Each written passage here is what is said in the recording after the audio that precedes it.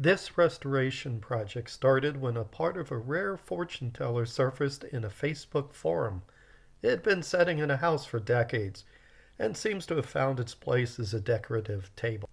Research on its history with help from fellow collectors identified it as an exhibit supply machine from 1930, the Rajah Fortune teller. The only other information that could be found was an exhibit supply catalog page, which had an artist's concept drawing and description. And there was a photograph of one in an exhibit ad for new machines for 1930. Unlike card dispensing fortune tellers of the day, this one projected the fortune reading onto a crystal ball. No other collector had seen one in person, and we had contacted over 20 collectors, including some large ones. But there were a few rumors of where one had been seen before, which are under investigation. The only other surviving example found was sold maybe 10 years ago, but the current owner is unknown, and it was also missing the top marquee. This one was also missing the top marquee, as well as the stand, and most importantly, missing the projector with film strip. But it did have the delicate and intact papier-mâché figure inside, so externally it appears correct. On the inside, in 3 places, were found pencil markings dating it to 1930 and number 14. On the front glass, a no slug use warning label cited 1948 codes. So it's likely this machine was still in commercial use in the 1950s. Being unable to find a suitable 1920s vintage film strip projector to modify for use, I made the decision to construct a projector and make the film for it.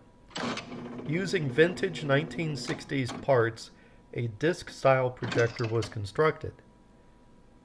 It repurposed a pinball roto-target mechanism, removing the contacts and target wheel and replacing them with a 12-inch diameter steel round plate with holes punched out for the film. Surplus optics were obtained for the projector lens and lamp. The original switch in the machine was used, so after inserting a penny, the patron pushed a lever down, which turned off the cabinet lighting and then turned on the projector lamp, illuminating the reading. When the lever was released, the projector lamp turned off and the cabinet illumination restored. At this time, an added pneumatic time delay relay activates the solenoid in the roto-target mechanism that kicks the wheel spinning to lock in at a random film slide for the next fortune reading. A set of fortunes was created and transferred to slide film and mounted on the disc. The correct exhibit supply stand for 1930 was located. Also, fortunately, pictures of an original marquee surfaced in research, which were in color and much more detailed than the marquee seen in the ad photo. With help from a local collector, a reproduction marquee is being fabricated and will be added to the top so the external appearance of the machine will be correct. And the function is similar to what someone would have experienced in an arcade with the original machines.